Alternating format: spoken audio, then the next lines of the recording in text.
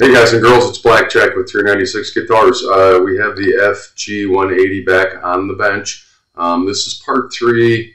We're now going to do some of the cleanup. There's glue sometimes goes where you don't want it, even though you're super careful. But when you got clamps coming from every different direction, which we had on this job, sometimes it's hard to get it all off. So I'm going to show you how I go after paint surfaces that have glue smeared where you don't want them. Let's get to work. Remember, if you dig what I'm doing, like and subscribe. So we have our victim up here. You can see, before I get too far, I haven't really checked, and it's been setting overnight. Let's check the tuning. It's been setting tension on it. Slightly flat. Slightly flat. Slightly flat. Perfect. I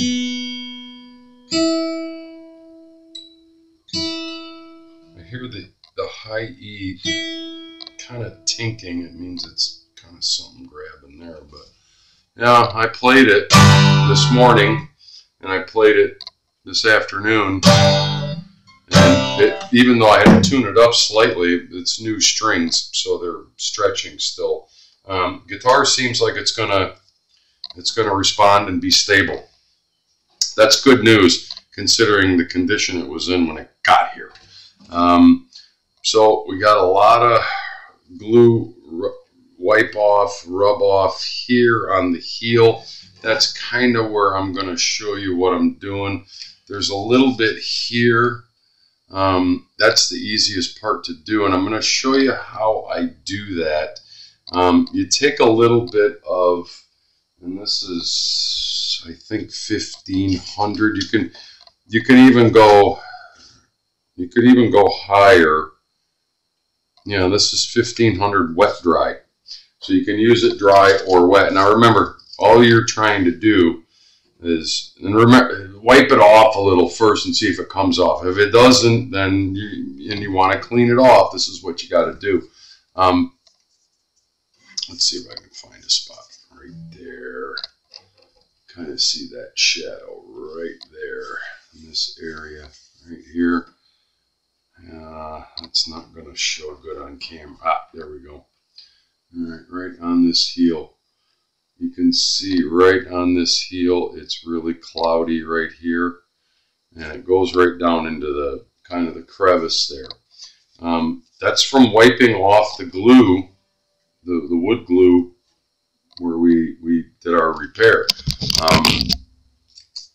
So I'm going to try to show one little spot, which is right there. And let me see. Will the camera pick up on that? Right there. You see that cloudy spot? I'm going to try to disappear that. And the way I do, 1500 wet dry. You can go much higher, but this seems to work pretty good. And don't press hard. Just let the sandpaper kind of run over and go against the grain a little bit. And don't freak out, because what's going to happen is it's going to get all cloudy and look 10 times worse before it gets better. And there might be a little dust.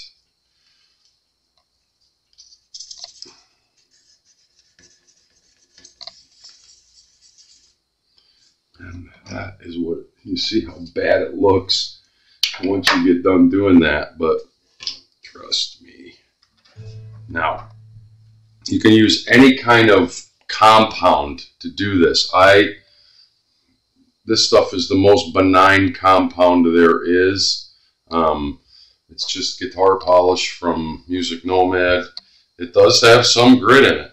You can get more aggressive. If you do the first part with the sandpaper and the scratches, the tiny micron scratches don't come out, you have to go to a little bit heavier grit. This should do it. You can put it right on the cloth, or you can put it right on the guitar. Just a little dab will do you. And you go to the work surface, dab it on there a little bit, and get to wiping it. Wipe it, wipe it, wipe it. And this is where you can get a little aggressive if you want to.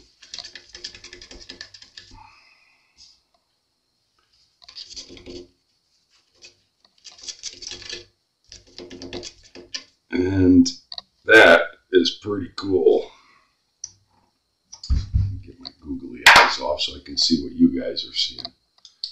You see how that brought that heel right back. It took all of the cloudiness off from the glue that got wiped across it. And then we sanded it, and that made it look really bad. And now you use a little compound on it and pulls it right back up. So I am not going to bore you with doing, because there's actually quite a few spots that aren't related to the repair. First, I'm going to clean up the repair area.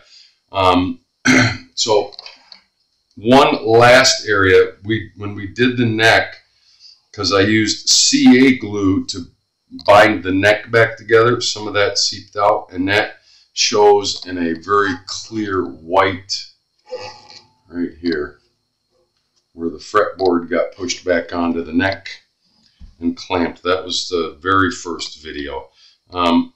This is a little more tricky because you got two different colored, and the grains are going in a different direction. But what you do, and this can be harrowing if you haven't done it or you're not used to it. And I can't say it enough, and I haven't said it yet. Go slow. Go very, very slow. One-sided razor blade, and you kind of get right down on your work so you can see it really well lit, and just ever so carefully flat scrape excess glue off. Now, some of this is not glue, it's actual clear coat coming off. So, like I said, a light touch, and all you're trying to do is just clean it up slightly and take all the stuff off of the top. And same kind of thing, this is going to put some marks in it, but then we're going to go at it with the really fine, super fine, ultra fine. I mean, I have all the way up to 8,000 grit here. It's kind of worn out. That's mostly for finish polishing on high-end guitars. It's not that this guitar doesn't deserve that, but it's not necessary. Where did my little piece of paper go? Now, you can see that it actually cleaned it up a lot just with the razor blade, but now it added some little minor scratches, and there's still some left imperfections that we want to get at, clean it, and make it look at least as presentable as possible. And yeah, same kind of thing. It's going to make it cloudy at first, but this ultra fine wet dry sandpaper will make it so you can't feel it. And if you can't feel it, then you cleaned it all off. And get back at it with some of the polish.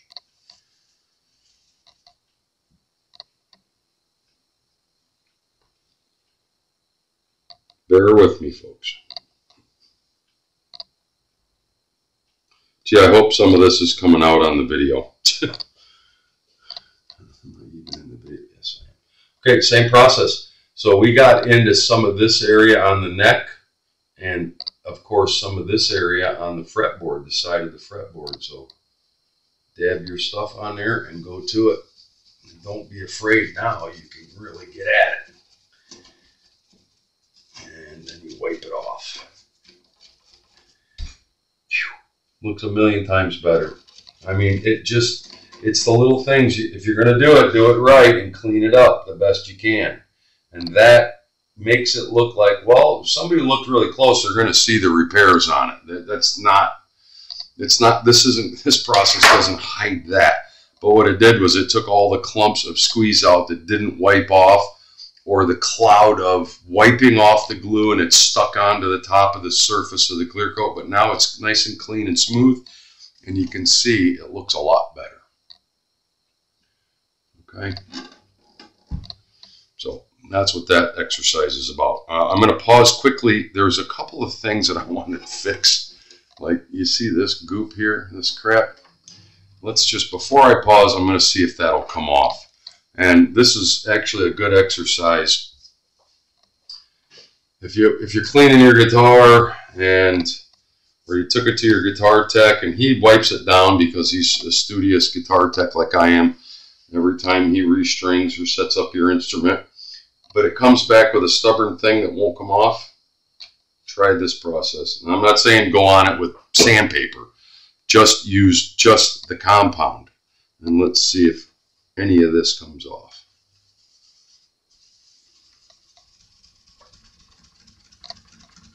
Problem is, once you make a clean spot, you may have to do the whole guitar. Because no, the rest of it won't polish up completely, because what you're doing is pulling off. It took a lot of it off, but not all of it. You could go at it with the sandpaper and knock some of that down if you really get adventurous. It's probably something, a mar that's filled in with all kinds of wax.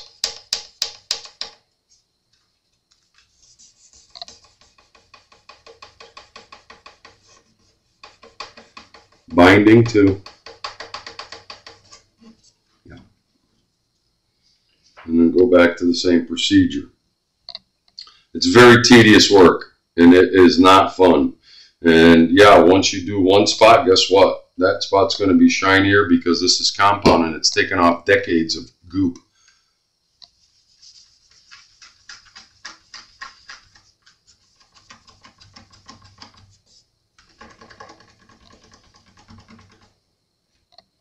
Cleaned it up a lot. It took about 85% of it off. I mean, you can see that very clearly.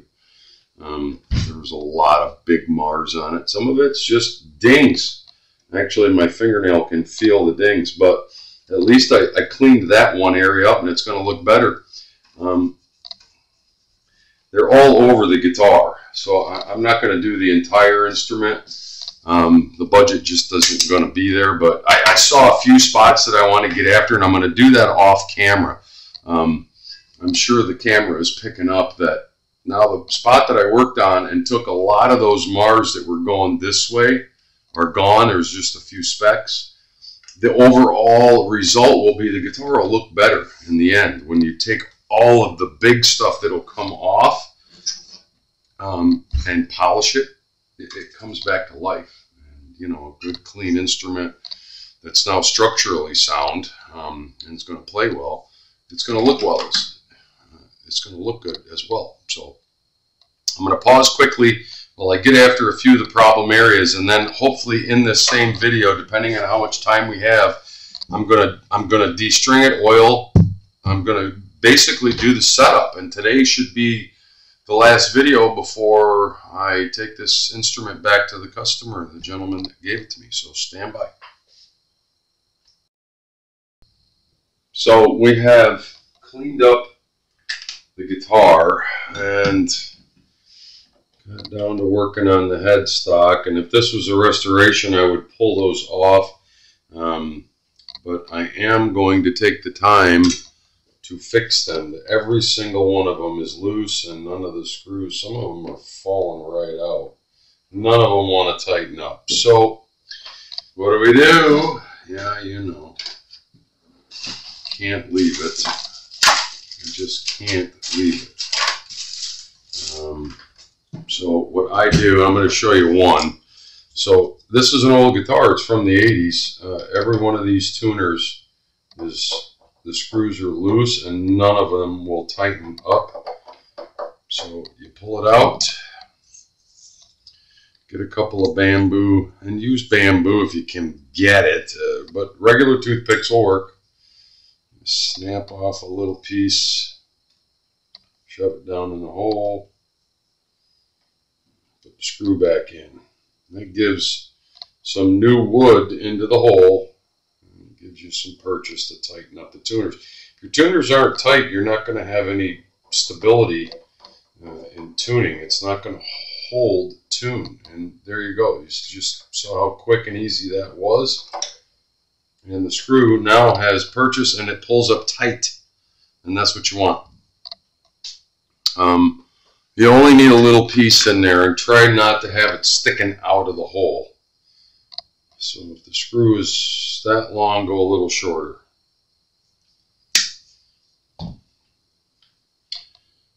Jam it down in there.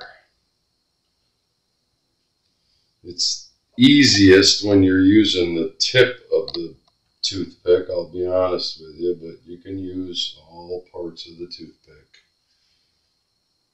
You just keep pushing them down in there until you got some fresh wood for the screw to grab a hold of. I mean, little tiny screws. I mean, it's got to have something to grab a hold of. And yeah, it's important. Check your hardware whenever you restring your instrument. I can't say it enough. I do this for all of my customers every time. I check the hardware. If it doesn't want to pull up tight, that's all it needs. You see how loose that one is? Well, that one's really wonky. They're all loose. So I showed you how to do that. You've seen that. Most of you have seen the toothpick hack. I'm going to pause quickly while I do 2, 4, 6, 8, 10 more. Hold on. Beautiful. Guitar's clean. Tuning pegs are all fixed up. They were just loose. I'm surprised it was holding tune, but yeah, whatever. Cleaned up everything. I am not going to go any further with polishing or trying to take out Mars in the body. That wasn't really part of the gig. I did a lot, but you know, I oiled up this, I oiled up the board, cleaned up the headstock. We could do a lot more work. It's never ending, but what we're going to do is put a new set of strings on this thing, and let's see where we're at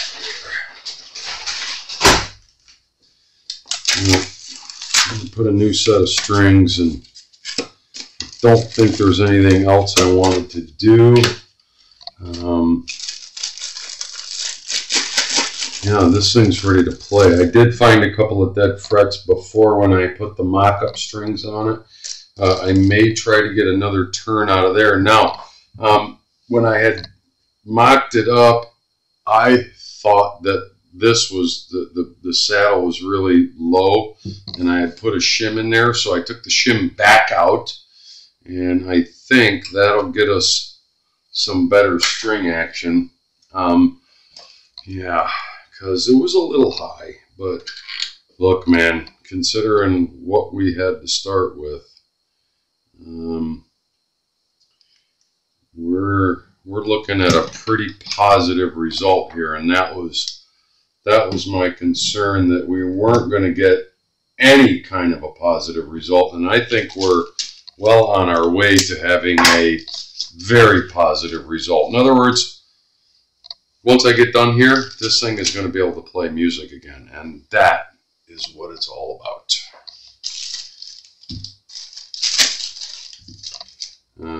There's a lot of different ways you can go at what happened here. Some of them, you just want to say, no, I don't want that. And that's how this whole thing started. I did not want to have anything to do with it.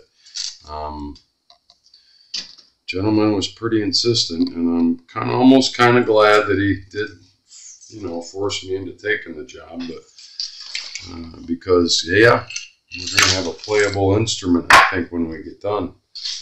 I'm not going to bore you with this. I'm going to save a little bit of video time while I string this instrument up, and we'll be right back. Stand by. So we're going to call this a success so far. We do need to let it settle overnight, but we have it cleaned up, we have it tuned up. Now if I can get a C chord and a G chord. So it's holding tune. I've tuned it several times. I adjusted the truss rod. String action's a little tall for what I would like, but it's too much tension on the truss rod. Everything down here up to the 7th fret is perfect. If he wants to play leads up here, he's going to be playing with some taller than normal string action. But this is, I'm going to call it a success. The guitar is back together and it's playing. And by the way, the intonation is dead on. So it's holding tune. I'm going to call that good. I'm going to let it sit overnight. If there's anything to report, after that sits overnight, then we'll talk after that. So thanks for hanging in there. I appreciate all of your support, your likes, your follows. It's pretty cool. It's pretty cool when I get comments and questions. I appreciate all of you. Thank you so much.